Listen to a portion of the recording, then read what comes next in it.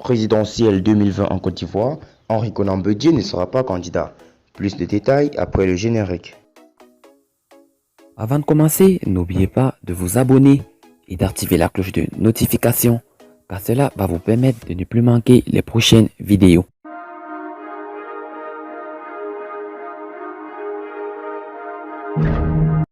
Chers lecteurs, chers démocrates, aujourd'hui le Corbeau a décidé de faire une incursion dans le parti politique ivoirien où la parole est rare et les secrets mieux gardés. Le plus vieux parti d'Afrique avec l'ANC, du vrai Mandela et non du Mandela ivoirien. Je veux clairement désigner ici le PDCI-RDA. Dans la culture Akan, il est de notoriété qu'un chef ne désigne pas son successeur de son vivant. Bien que le Parti démocratique de Côte d'Ivoire soit un parti républicain, les deux dirigeants qui ont dirigé ce parti sont des Akans et certainement qu'ils reproduisent cette tradition sans peut-être le vouloir. Mais cette fois-ci, face aux enjeux de la future présidentielle en Côte d'Ivoire, le président Henri Konan Bédié pourrait déroger à cette règle au mois de juin car le temps presse.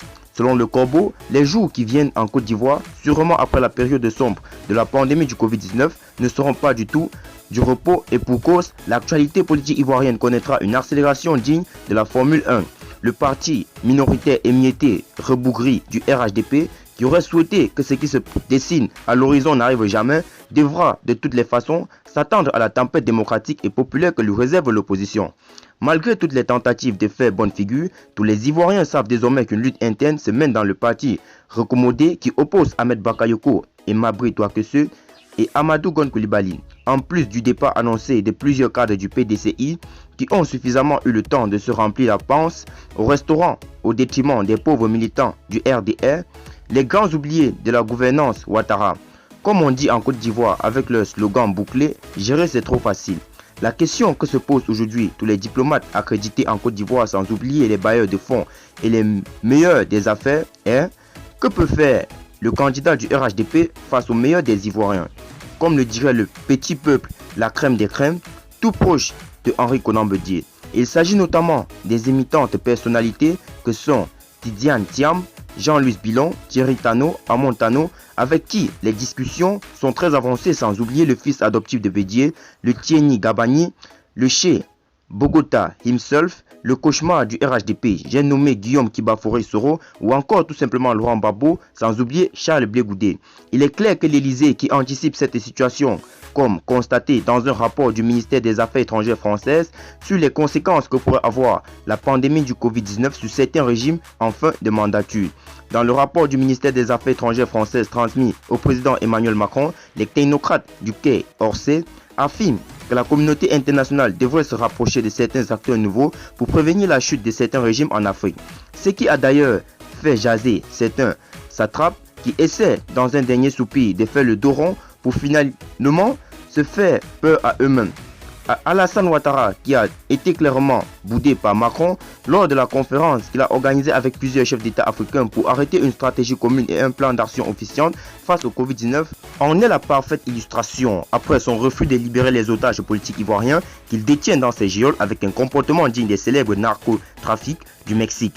À la lumière donc de ce qui précède, il est à rappeler que le président Henri Konan Bédié aurait clairement affirmé dans plusieurs milieux diplomatiques qu'il ne serait pas candidat. C'est donc fort de cette information que selon certains barons du RHDP, Alassane Ouattara aurait décidé, dans un souci de créer le buzz, a pris la décision d'annoncer précipitamment sa non-candidature qui, de toutes les façons, aurait été impossible en raison des problèmes de santé de l'homme, en plus de la clarté de la constitution de la Troisième République qui ne lui permettrait pas d'être candidat, même s'il le souhaitait profondément. Le Corbeau, dans un post récent, avait d'ailleurs évoqué cette question.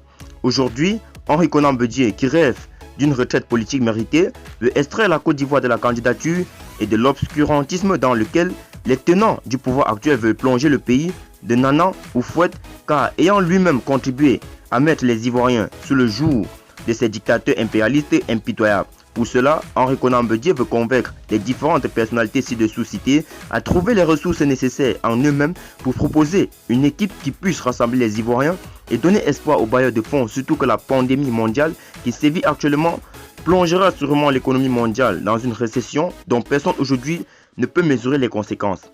C'est donc conscient du piège par lequel le RHDP veut braquer le vote des Ivoiriens. En surfant sur la multitude des candidatures de l'opposition pour se proclamer vainqueur au premier tour que Henri Konan Bédié souhaite une candidature unique de l'opposition. Cette vision sera soutenue par l'ancien président Laurent Gbagbo qui ne sera pas lui-même candidat, même s'il était libéré dans les mois à venir. Toute la difficulté pour une candidature unique de l'opposition demeure dans l'ambition des uns et des autres, de la difficile réconciliation entre certains acteurs politiques en raison de la crise post-électorale 2010. Face au péril de la nation et recul de la démocratie dans notre pays, que faire?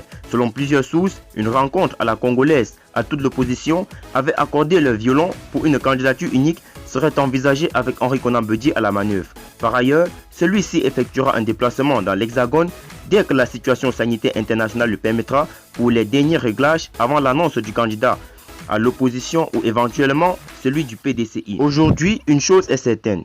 Quel que soit le cas de figure adopté par l'opposition ivoirienne, il est mathématiquement impossible pour le RHDP de gagner l'élection présidentielle d'octobre 2020 en Côte d'Ivoire dès le premier tour. Aussi, ce parti ne disposant pas de réserve en cas de deuxième tour n'aura pas place ailleurs que dans l'opposition au-delà de 2020. Chez les Ivoiriens, le corbeau dit toujours vrai. Le RHDP fera bientôt partie du passé douloureux de la Côte d'Ivoire, car ils seront chassés du pouvoir par le peuple afin de donner la chance à la Côte d'Ivoire de se rassembler, pour qu'ensemble, nous puissions bâtir notre pays avec une égalité de chance. En bon entendeur, la mission continue.